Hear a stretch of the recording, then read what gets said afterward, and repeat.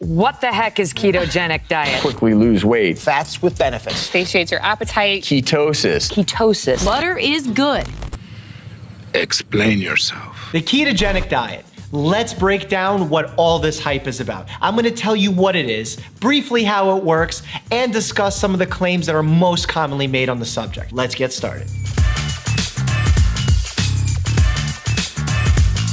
Before we get into the ketogenic diet, let's break down some very simple nutrition basics. There are three major macronutrient groups that we're gonna be paying attention to: proteins, fats, and carbs. These are nutrients that you find in the foods you eat every single day. The standard American diet consists of 35% of fats, 15% of proteins, and 50% of carbs. Now, if you're looking at the ketogenic diet, the numbers are quite different, with 75% being fats, 20% being proteins, and only 5% being carbs. Think about that. That's 10 times less carbs than in the standard American diet.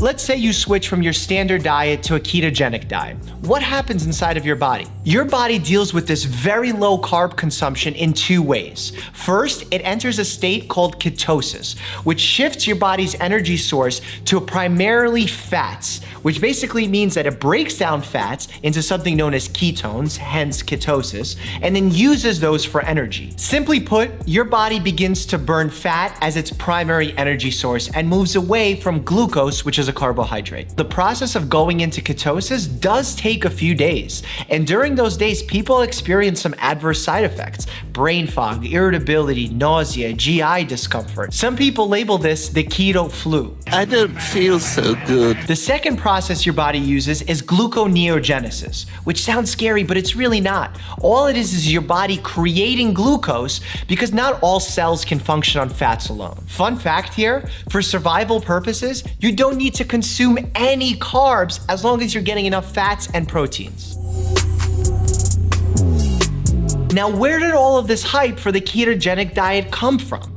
Let's take a look at the claims and find out what's true and what's not. Claim number one, the ketogenic diet is good for weight loss. Yeah, the ketogenic diet is good for weight loss, and this happens through two important mechanisms. First, since you're using fats as your primary energy source, you're burning a lot of stored fat. Second, because fat is very satiating, makes you feel full, when you eat a high fat content meal, you actually don't want to eat as much, therefore you limit the amount of calories you take in throughout the day. A lot of people are surprised that when they start the keto diet, that they lose weight very quickly. But that's a little misleading, because the majority of the weight loss initially comes from water loss, not fat loss. For those of you seeking long-term weight loss, the ketogenic diet is not super sustainable. It's graduation day, all your friends are going to get ice cream, some of them are getting a cookies and cream milkshakes, and you can't have any because you're on a keto diet? That's crazy. You have to be super vigilant when you're on the ketogenic diet, because carbs have this nasty habit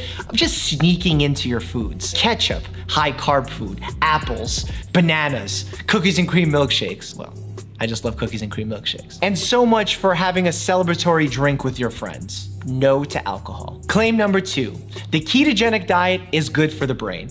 The truth of the matter is, the jury's still out on this one, because science hasn't given us the answer. The research on this area just hasn't been completed yet. Anecdotally, some people say they feel more focused or sharper when they're ketogenic diet, but I've also heard from patients of mine that they feel foggier and that keto flu stays with them much longer than anticipated. So I don't like using anecdotes as reasons why a certain diet is good or not. I need quality research, which I just don't have. Claim number three, the keto diet prevents or manages many chronic diseases. This is a yes and no answer. Where keto diet really shines is in type 2 diabetes. Because when you have type 2 diabetes, you have insulin sensitivity issues, you have high sugar content in the blood, and research has shown over and over again that the ketogenic diet for type 2 diabetes works.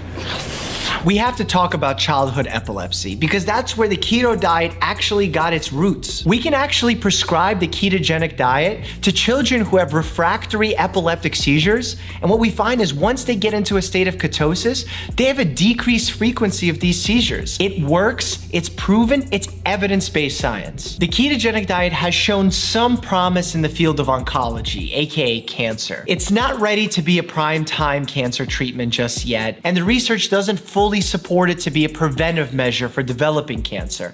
But what we do know is that some promise is there and more research needs to be done.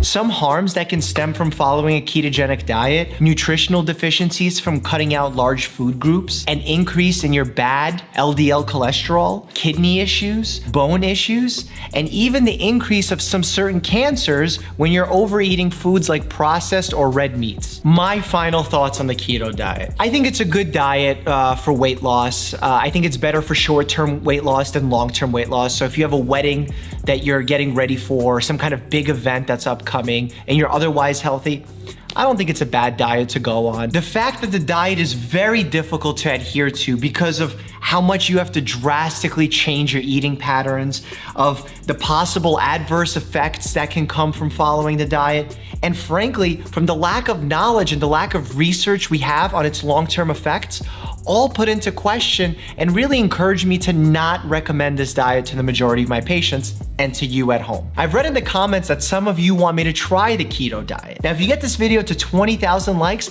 I will try the keto diet and I'll take you on the journey along with me. As always, stay happy and healthy.